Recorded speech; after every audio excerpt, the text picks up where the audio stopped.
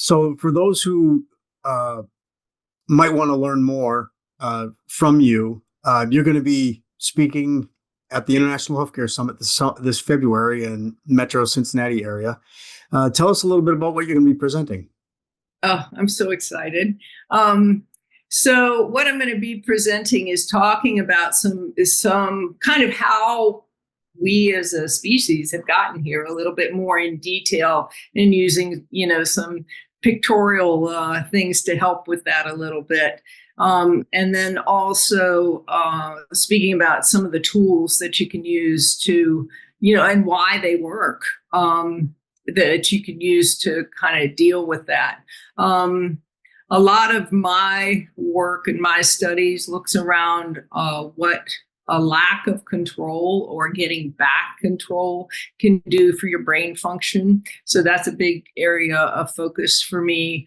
And then, some mindfulness, but it's more kind of common sense. It's like I always thought, if I ever had to talk to a group of surgeons or a group of firefighters, or I've spoken to a group of judges, I've spoken to CEOs. You can't, it's not fluff that they want to hear. It's not just, your idea of this, beautiful world, like I said, floating along on a cloud. It has to be some kind of utilitarian tools that you can use, and quick.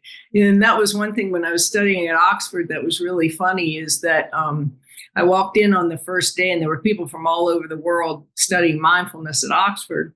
And they all turned and looked at me. I think there were two of us from the United States. And they were like, what in the world is an American doctor doing here studying mindfulness? Because they just, the rest of the world thinks we go, which we do. We go so hard, we go so whatever. And it's like, what are you doing? And I'm like, well, I think we need to understand kind of another way of being. And also just some quick tools to use.